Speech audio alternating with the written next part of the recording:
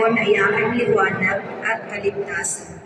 Ang Panginoon ay aking liwanag at kaligtasan. Kanino ako matatakot? Ang Panginoon ang nagtatanggol sa aking buhay. Kanino ako masisindak? Tugon. Ang Panginoon ay aking liwanag at kaligtasan.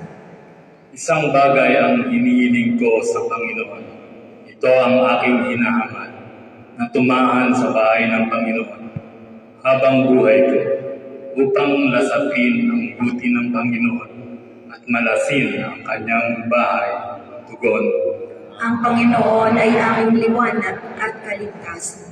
Naniniwala akong makikita ko ang kabutihan ng Panginoon sa lupain ng mga buhay. Masigasig mong hintayin ang Panginoon, pagsiglahin ang iyong puso at hintayin ang Panginoon. Tugon. Ang Panginoon ay aking liwanag at kaligtasan.